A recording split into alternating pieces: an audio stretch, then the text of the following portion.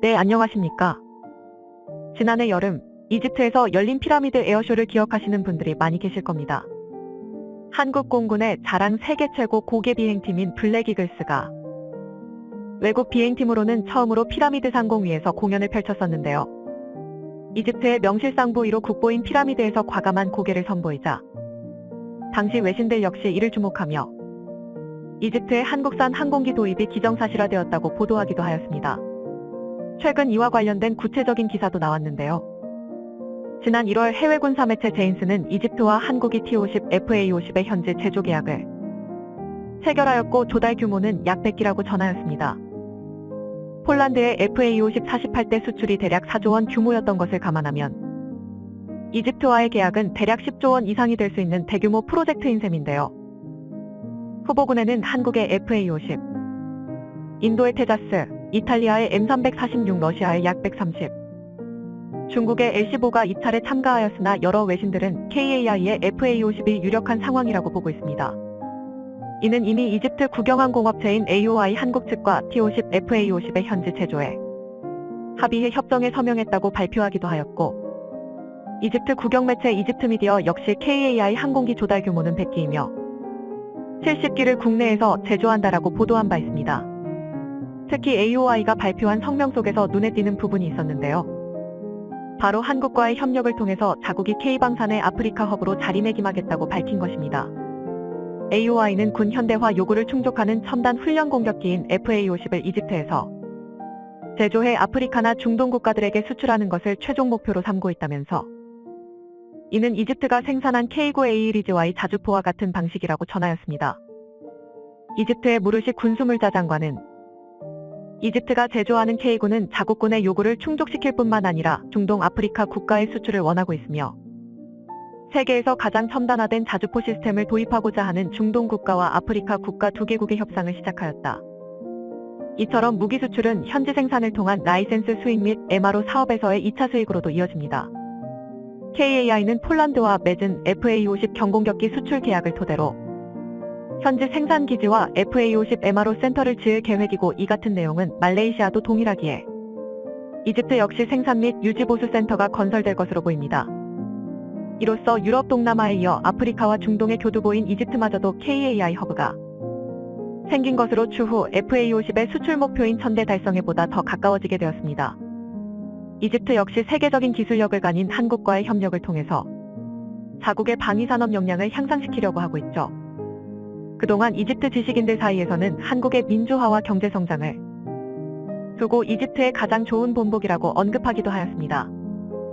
이집트 과학자로 1999년 노벨화학상을 수상한 아흐메드 제왈은 2012년 한국을 방문한 당시 전 세계에서 산업화와 민주화를 동시에 이룩한 나라는 대한민국이 유일하다. 한국은 이집트에게 좋은 모델이 될 수 있다. 이집트 경제학자 어머 에드 역시 그에 져서 CLEFT-CAPITALISM에서 민주주의하에선 경제가 취약하다고 믿는 사람들은 현재의 한국이 일어난 경제성장을 보라고 권유하고 싶다. 그들은 이집트가 겪어왔던 전쟁과 정치적 불안정과 같은 중대한 도전에 직면했음에도 불구하고 놀라운 경제성장과 발전을 이뤄내었다. 즉, 이집트는 미래의 아프리카의 한국을 꿈꾸고 있는 것이고, 이에 FA-50의 수출 및 공동협력으로 이어질 수 있는 것이죠. 사실 기체 자체의 가격만 놓고 보자면 또 다른 후보기종인 중국의 L-15, 이탈리아의 M346이 훨씬 저렴한데요. 그러나 이집트 공군 상황을 보면 FA-50을 도입할 수밖에 없는 숨겨진 이유가 있었습니다. 이집트는 F-16 전투기를 무려 세계에서 4번째로 많이 운용하고 있는 국가입니다. 전체 대수를 합치면 208기. 다양한 국가의 기종을 혼합 운용 중인 이집트 공군 전력 중에서도 압도적 수적 우위를 차지하고 있는데, 잘 알려져 있다시피 FA-50은 F-16과의 공통성이 높아 부품 호환율이 70% 이상으로 알려져 있습니다.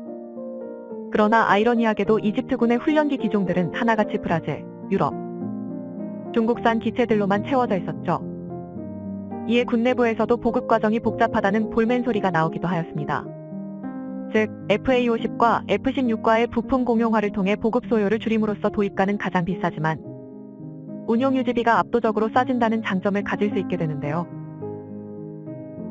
특히나 이집트 역시 블록 20의 성능 개량 버전을 도입하려 하는데, 블록 20에서는 AESA 레이더와 공중급류, 스나이퍼 타겟팅 포드, AIM-120C 암람 등 거의 최신형 F-16V 블록 70과 맞먹는 전투력을 지녀 이집트 공군 입장에서는 주력 전투기에 준하는 공격 훈련기를 갖게 되는 것이니 굳이 다른 후보에 눈을 돌릴 이유가 없는 것입니다. 특히나 폴란드와 말레이시아가 FA-50 도입을 확정지은 상태로 66기 이상의 수주잔고가 채워져 있고 무장통합 비용 역시 폴란드에서 상당 부분을 지불하기로 한 상태여서 추가적인 가격 하락도 기대할 수 있는 부분입니다. 안 사면 이집트만 손해인 셈이죠. 한편 FA-50의 달라진 위상에 대해 한 해외 군사 전문가의 극찬이 화제가 되고 있는데요. 세계적인 군사 잡지인 에비에이션 라인 디펜스의 편집장인 가스통 듀보아는 특집으로 KAI와 FA-50에 관한 보도를 내었습니다. 내용은 다음과 같은데요. KAI는 폴란드에서 성공과 급격히 변화한 안보 환경에 대한 신속한 대응력으로 유럽 시장의 가능성을 확인했다. 특히 유럽 최대 항공사인 에어버스 DNS가 자사의 훈련기 개발 프로젝트를 포기하고 KAI와 FA-50의 유럽 수출을 공동 추진하고 싶다고 제안한 것은 현재 KAI의 위상을 알 수 있는 부분이다.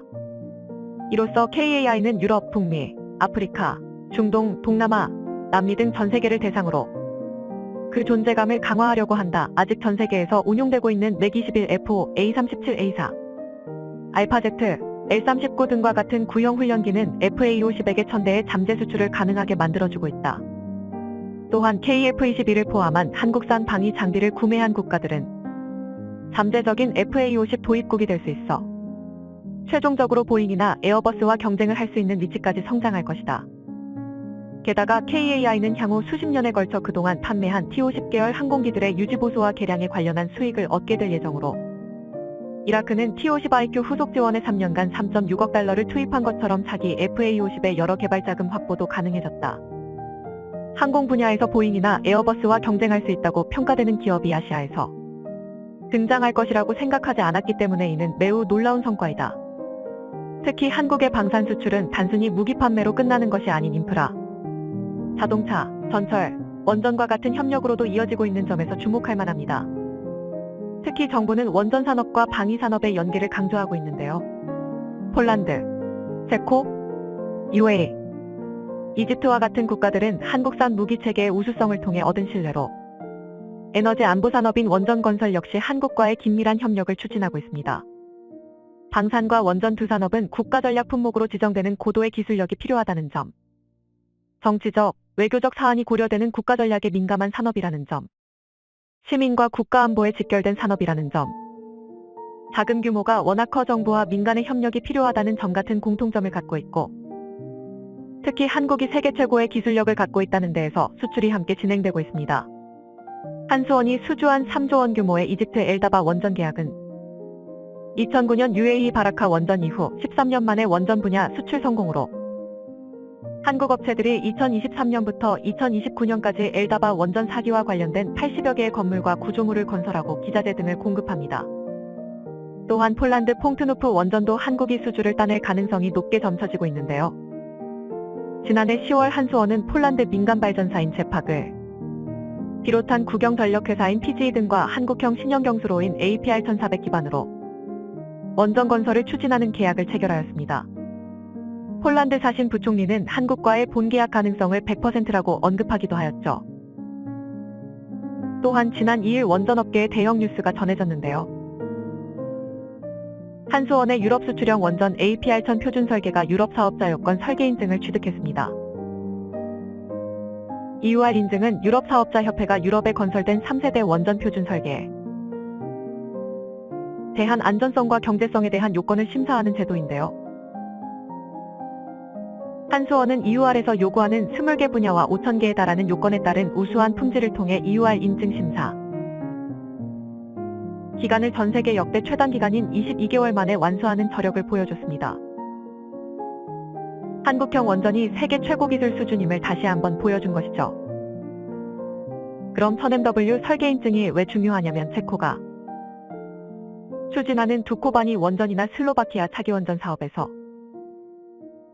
요구되는 조건이 바로 1000MW 규모이기 때문입니다.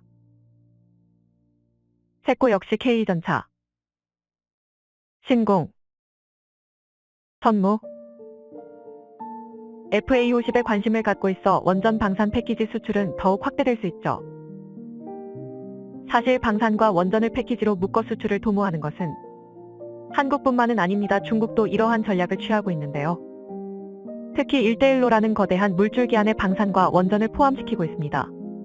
여러 수주 계약에서 한국의 가장 큰 경쟁자로 떠오르고 있는 중국이죠. 그런데 최근 중국의 원전과 방산은 잦은 수주 실패로 울상을 짓고 있습니다. 최근 중국은 저렴한 인건비와 건설 비용을 제한하며 원전 수출 강국으로 떠올랐지만 에너지가 안보 문제로 거론되면서 원전 사업 입찰조차 못하는 수모까지 겪고 있는데요. 체코 원전 사업은 애초에 중국이 가져갈 가능성이 높다는 평가였지만 안보 평가를 마친 후 러시아 로사톰, 중국 광액집단공사은 입찰 대상에서 빠져버렸습니다. 이에 파벨 피셰르 체코 상원 외교안보위원장은 공개적으로 적국의 입찰 신청을 미리 배제해야 한다고 주장했다요. 여기서 적국은 러시아와 중국을 말하는 것이었죠. 뿐만 아니라 이집트에서는 FA50의 도입을 추진했던 이유가 바로 중국산 훈련기의 기체 결함 때문이었던 것으로 드러났습니다. 이집트가 운용하고 있는 중국산 훈련기 K8은 중국과 파키스탄이 공동으로 개발한 기체인데요. 개발국을 제외하고 가장 많이 도입한 국가가 바로 이집트로 중국에 대한 믿음을 보여주곤 했습니다. 그러나 믿을 걸 믿었어야죠. 갖가지 기체 결함이 발견되면서 전량 모두 폐기 처분하는 조기 퇴역 결정을 내렸는데요. 120호기가 전부 인도된 것은 2010년 5월 26일 그러나 13년 만에 전량 폐기될 예정입니다. 통상적인 전투기의 작전 수행 기간은 대략 8,000시간, 연간 180에서 250시간 정도의 운용 능력을 고려할 때 총 수명을 30년으로 보고 있는데요. K8 훈련기는 입안도 미치지 못하고 처분된 것이죠. 도입국 모든 곳에서 추락사고와 결함이 끊이지 않는 K8 카라코룸 훈련기지만 특히나 이집트는 꽤나 마음고생이 심했습니다. 이집트에서만 10번 이상 최근 5년간 4번의 추락이 있으면서 귀한 조종 인력들이 사망하기까지 하였는데요. 가장 최근인 2023년 2월 26일에는 이집트군 대변인 가리브 압데라페즈 대령이 성명을 통해 이집트 공군의 훈련용 항공기는 지난 몇 년 동안 기술적 결함으로 인해 사고가 발생했다며 기체 결함 문제를 꼬집기도 하였습니다. 이에 군 내부에서는 다신 중국산 전투기를 도입하면 안 된다는 목소리가 나오고 있고 사망한 조종사 유가족들은 시위 현장에 나와 목숨을 걸고 탈 수 있는 기체들은 퇴역시켜야 한다고 말하기도 하였습니다. 특히 중국이 K8 카라코룸을 판매할 때 함께 추진되었던 이집트 중국 간 1대1로 프로젝트는 현재 최악의 국면을 맞이하고 있습니다. 이집트 신행정수도 프로젝트는 이집트 건국 이후 최대 국책 사업으로 꼽히는데 사실상 대부분이 중국의 차관으로 인해 건설되고 있습니다. 상업지구 건설에만 150억 달러를 차관 형식으로 제공하는 대신 중국은 국영기업 중국건축공정공사를 시공사로 해줄 것을 요구했는데요. 전형적인 1대1로 수법이었죠. 그러나 채무이자는 눈덩이처럼 불어나고 중국 시공사는 부실공사와 안전준수 미흡으로 여러 문제가 발생하고 있습니다. 현재 이집트는 중국 채권국 가운데 3위의 이름을 올렸고 이에 중국이 상환 대가로 이집트 사회 간접자본 운영권을 요구할 수 있다는 우려의 목소리가 나오고 있습니다. 지난해 12월 이집트 정부가 수에즈 운하와 관련해 수조 원 규모의 기금 조성을 위한 법안을 의회에 제출한 것도 중국에게 운영권을 넘기려는 수작이 아니냐 하는 주장도 나왔었죠. 특히 높이 385m로 아프리카에서 가장 높은 건물이 될 오벨리스크 형식의 아이코닉 타워 건설 현장에서 중국 인부들이 끌던 건설 차량과 한 어린아이가 부딪혀 사망하는 사고도 발생해 논란이 일었는데요. 이처럼 K8이 결함, 1대1로 폐해, 코로나, 관광객 민폐 등의 문제로 아예 중국인을 받지 않는 곳도 많이 생겨나고 있습니다. 즉, 한국의 주력 수출 품목의 가장 큰 라이벌로 꼽혔던 중국은 스스로 위기를 자초해 기존 텃밭이었던 시장마저 한국에게 빼앗길 형국인 것이죠. 한국과 중국 산업에는 여러 차이점이 존재하지만 가장 큰 차이는 바로 기업가 정신이다. 이 기업가 정신이 차이나와 우리나라 경제 발전의 밑거름은 역시나 기업가 정신이었습니다. 우리나라는 좁은 땅에 자원도 부족하고 전쟁 후 거의 모든 산업 기반이 사라졌지만 전자, 자동차, 화학, 중공업 등 여러 분야에 걸쳐 세계적 경쟁력을 가진 국가로 부상하였고 그 기반은 해보긴 해봤어로 상징되는 기업가 정신입니다.